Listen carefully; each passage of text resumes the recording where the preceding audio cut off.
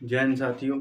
आज का हमारा टॉपिक है परिसंचरण तंत्र। देखिए, इसको हम समझेंगे और इसे बेसिक टू एडवांस चलेंगे, क्योंकि ये पेपर की दृष्टि से भी ज़्यादा इम्पोर्टेंट है। और ये क्योंकि पेपर में देखिए आजकल बेसिक क्वेश्चन भी आते हैं और एडवांस क्वेश्चन भी आते हैं, तो हम दोनों को निपटाते हुए चलेंगे और जितना हो सकता है उसे हम डीप में पढ़ने की कोशिश करेंगे और जितना हो सकता है साधारण शब्दों में भी हम पढ़ेंगे, क्योंकि साधारण शब्द हमें याद रहते हैं जो जर्नल भाषा में प्रयोग होते हैं। हम उन शब्दों का भी प्रयोग करेंगे, क्योंकि जो विज्ञान के शब्द हैं वो हमें जल्दी याद नहीं होती है।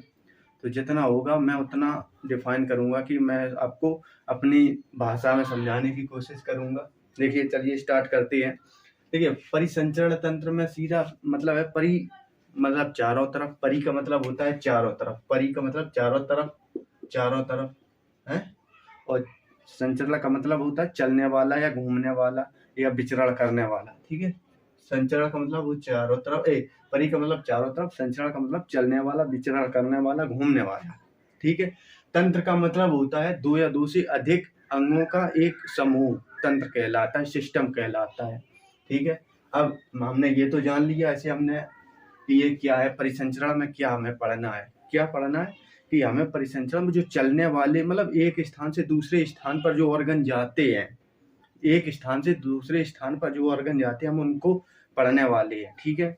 आगे देखते हैं। ये देखिए इसके कार्य क्या क्या, ये क्या है। अब जब ये एक स्थान से दूसरे स्थान तक जाते हैं तो ऐसा तो है नहीं ये अपने आप घूमते रहते हैं, ये इनका कार्य है। ये एक स्थान से दूसरे स्थान तक प्रोडक्ट मतलब जो भी पदार्थ है उनको ले जाते हैं, वहां से वापस लाते हैं। जैसे पहला चीज है पदार्थों को एक स्थान से ये दूसरे स्थान पर पोषक पोषक पदार्थों को एक स्थान से दूसरे स्थान तक ले जाते हैं।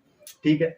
दूसरे नाइट्रोजन, एन का मतलब है नाइट्रोजन, एन का मतलब नाइट्रोजन, नाइट्रोजन का परिवहन। नाइट्रोजन डायरेक्ट नाइट्रोजन का ये परिवहन नहीं करते हैं। देखिए, नाइट्रोजन में ये दो तीन देखिए, जैसे नाइट्रोजन में यूरिया हो गया, यूरिक एसिड हो गया, जो हमारे खून में मतलब रक्त में होते हैं, जो एक मतलब जो शरीर को डेंजर मतलब घातक सिद्ध हो सकते हैं। अगर ये इनको फिल्टर करके बाहर नहीं किया गया तो ये शरीर पर घातक असर करते हैं, इसलिए इनको फिल्टर करना भी होता है। इसलिए परिसंचरण के माध्यम से ये बाहर होते हैं, क्योंकि ये खून में मिले होते हैं। जब खून फिल्टर होता है किडनी के माध्यम से, गुर्दे के माध्यम से, तो यूरिन बनता है। यूरिन में जो यूरिया मतलब यूरिया होती है और जो भी पदार्थ वैसे होते हैं जो शरीर को इफेक्टिव करते हैं, तो वो डाल दिए जाते हैं। और जो उससे मतलब जो हमारे शरीर को इफेक्ट नहीं करते हैं, जो अच्छे पदार्थ होते हैं, वो ब्लड में घुले रहते हैं और दूसरे स्थान पर उनको भेज दिया जाता है। देखिए,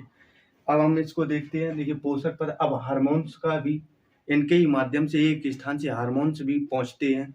कुछ देखिए, दो प्रकार के हार्मोन्स होते हैं। एक तो वाहिकाओं के माध्यम से कार्य करते हैं। वाहिकाओं मतलब एक तो वो होते हैं जो नसों के माध्यम से सीधे खून में छोड़ दिए जाते हैं, नसों के माध्यम से। और एक होते हैं जो डायरेक्ट ही छोड़ दिए जाते हैं, उनमें नसों का प्रयोग नहीं होता है। तो दो प्रकार के हार्मोन्स होते हैं, तो सिर्फ नसों वाले ही हमें पढ़ने इसमें देखने होते हैं।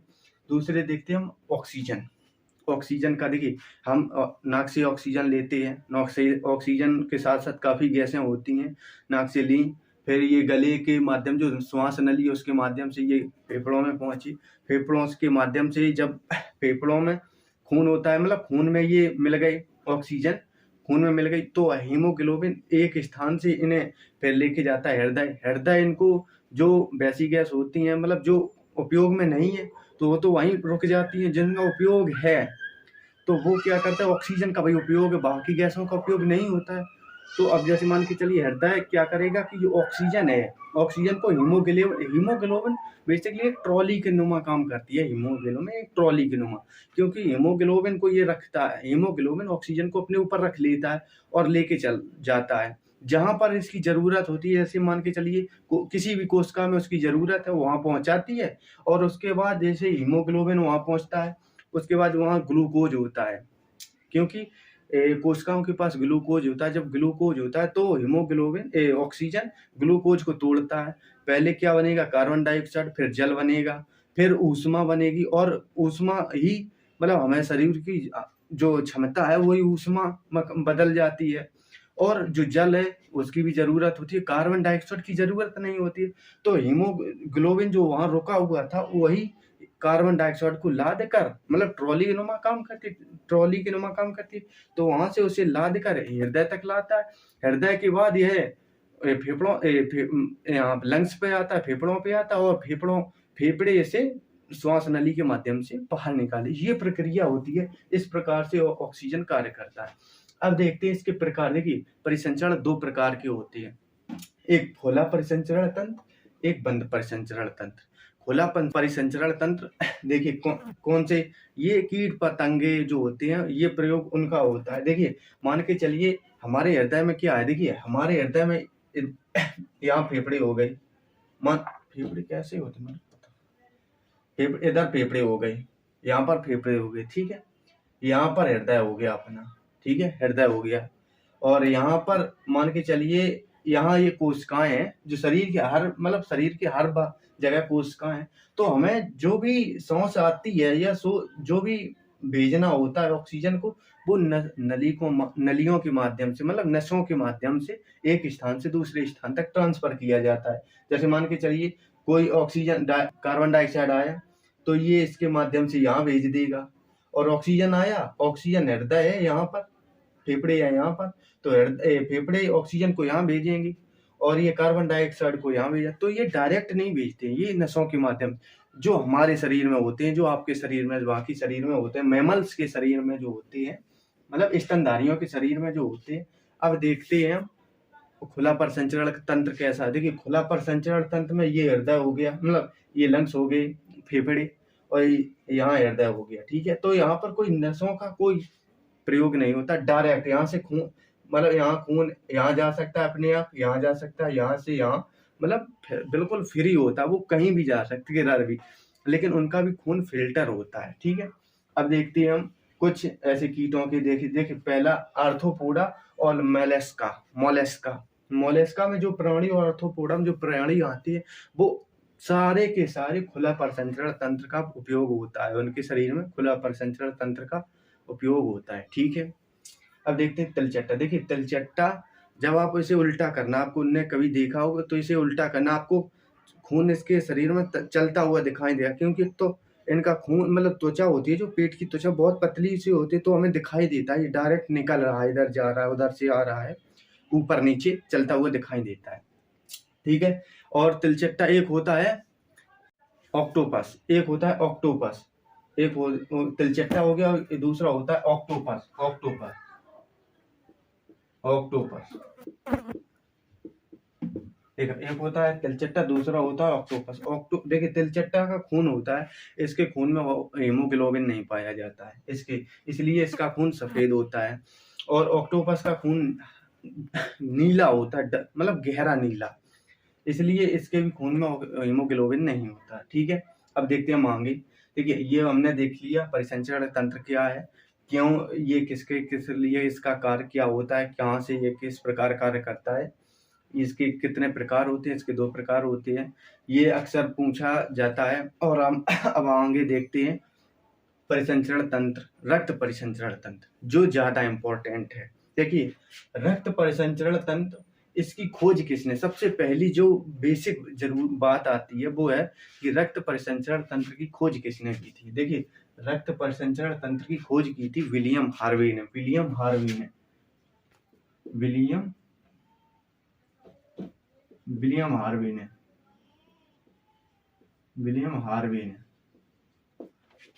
हार्वे ने इसकी खोज की थी। कब की थी? 1628 में इसकी खोज की थी, विलियम हार्वे ने इसकी खोज की थी। अब देखिए जब खोज होती है तो सबसे पहले बात आती है कि इसके अध्ययन को हम क्या कहते हैं, कि रक्त परिसंचरण तंत्र के अध्ययन को हम क्या कहते हैं।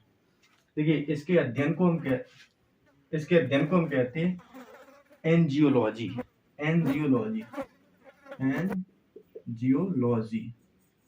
देखिए इसके अध्ययन को हम एंजियोलॉजी कहते हैं। अब एंजियोलॉजी मैंने इंग्लिश में इसलिए लिखा है क्योंकि हिंदी में ये एंजियोलॉजी रहता है। मान के चलिए मेरा नाम शैलेंद्र है, तो जो हिंदी में शैलेंद्र है, तो इंग्लिश में क्या है, ये बराक ओबामा हो जाता है।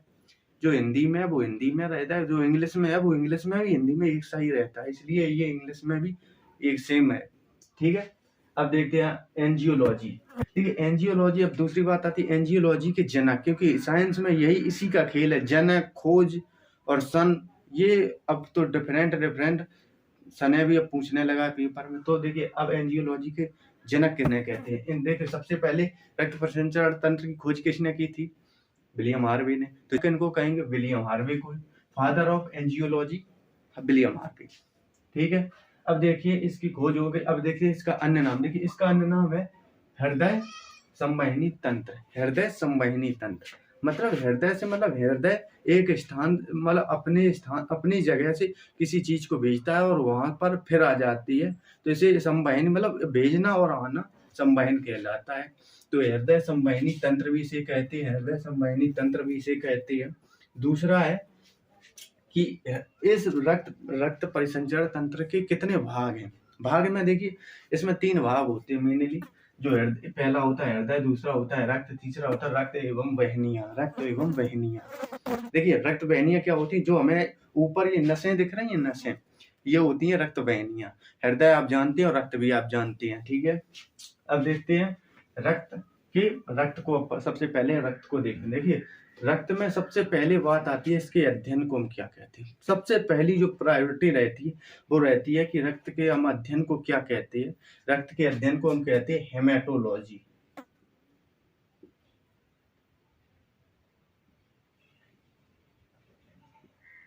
हेमेटोलॉजी,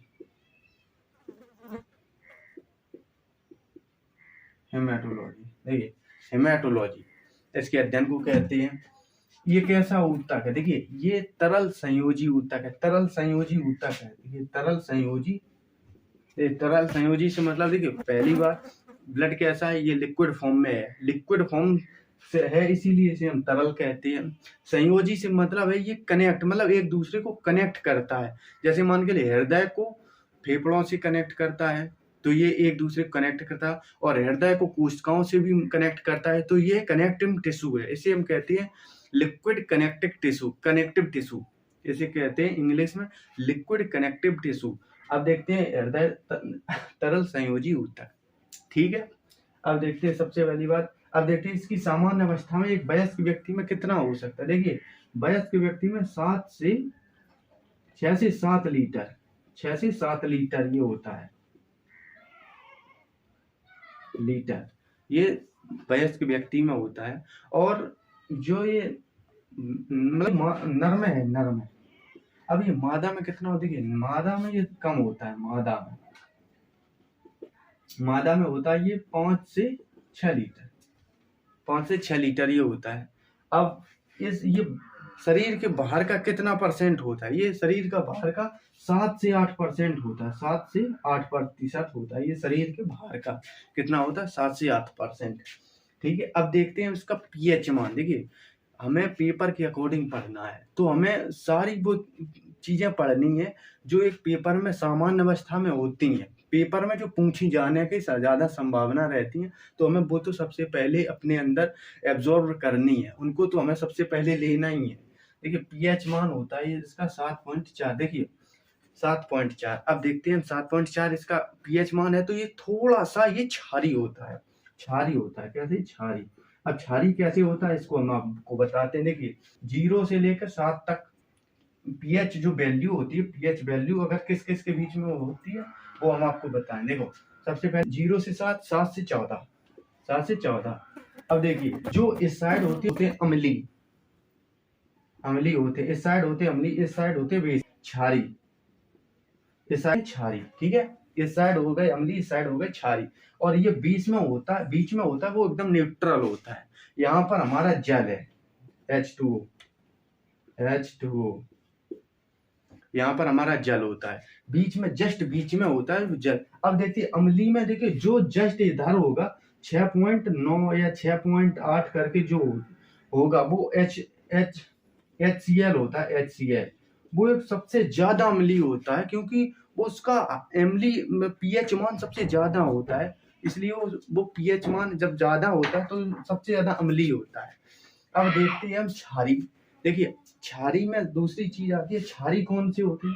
तो हमारा रक्त कहाँ पर मतलब स्टेबल है? 7.4 यहाँ पर। मतलब 0.7 से थोड़ा सा आगे, इसलिए थोड़ा सा क्षारी, ज्यादा क्षारी नहीं, बहुत थोड़ा क्षारी।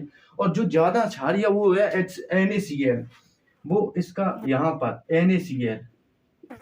NaCl वो ज्यादा क्षारी होता है। आपने देखा नमक, जैसे नमक का सूत्र है वो ज्यादा क्षारी है, आप जीभ के रख कर देखना, आपकी जीभ फट जाएगी। अब देखते हैं आगे, देखिए पेपर के हिसाब से हमको पढ़ना है तो हमें वो सारी अब चीजें अपनानी, साम दाम दंड भेद सारे अपनाने पड़ेंगी, तभी हमारा पेपर निकल पाएगा। देखिए अब देखते हैं यहीं पर हमें ये भी देखना पीएच वैल्यू, पीएच मान है। सबसे पहले इसकी खोज किसने की थी? देखिए पीएच वैल्यू इसकी खोज की थी सोरेनसन ने, सोरेनसन। ठीक है, अब देखते हैं, देखिए इसका लाल रक्त, खून का लाल रंग किस कारण होता है? देखिए एक पिगमेंट होता है, जैसे हम कहते हैं हेमोग्लोबिन, पिगमेंट हेमोग्लोबिन, इस कारण से होता है। हेमोग्लोबिन के कारण हमारा खून का रंग लाल होता है, हेमोग्लोबिन के कारण लाल रंग HB, हीमोग्लोबिन के कारण हमारा लाल रंग होता है। अब हीमोग्लोबिन में कौन कौन सी चीजें होती हैं? हीमो में होता है आयरन, और ग्लोबिन में एक प्रोटीन होता है, ग्लोबिन नाम का एक प्रोटीन होता है जो शरीर में ग्लो लाने का प्रयोग कर, मतलब कार्य करता है। शरीर में ग्लो, मतलब चेहरे पर ग्लो लाने का जो कार्य करता है वो ग्लोबुलिन कार्य करता है। ठीक है, HB हो गया। इसे अब देखते हैं ये शरीर में कितनी मात्रा में होता है, शरीर में कितनी मात्रा में होता है। देखिए 100 ml में, ये 100 ml रक्त 100 ml में कितना होता है? देखिए 100 ml में लगभग 14 से 16 व्यक्ति नर में होता है, 14 से 16 ml। 100 ml रक्त में कितना हीमोग्लोबिन होता है? तो 14 से 15 मतलब इनकी काउंटिंग होती है 14 से 15। और दूसरी होती है, ये हो गया नर के लिए, और मादा के लिए होता है 100 ml में से 100 ml में कितना होगा? 100 ml में लगभग होता है 10 से 12, ये मादा में होता है 100 m। मतलब जब हम किसी को खून का खून को देते हैं तो वो हमारे खून का वजन, मतलब खून की मात्रा नहीं देखता है, हमारे खून में ये देखता है कि इसमें मतलब कितना HB है, मतलब कितनी हेमोग्लोबिन है। ठीक है, अब इसका जो नेक्स्ट वीडियो है वो आपको नेक्स्ट कल मिल जाएगा, क्योंकि अभी इतना ही हो पाएगा और समय भी हो गया है। और चलिए, थैंक यू आज के लिए। अब कल का वीडियो आपको कल मिल जाएगा, फिर कल और परसों शायद 2 दिन आपको और लगेंगे, ये खत्म हो जाएगा। आपको फिर क्वेश्चन करा देंगे हम, जो हैं क्वेश्चन आते हैं वो क्वेश्चन करा देंगे। थैंक यू, धन्यवाद, और मिलते हैं एक नेक्स्ट वीडियो में। तब तक के लिए जय हिंद।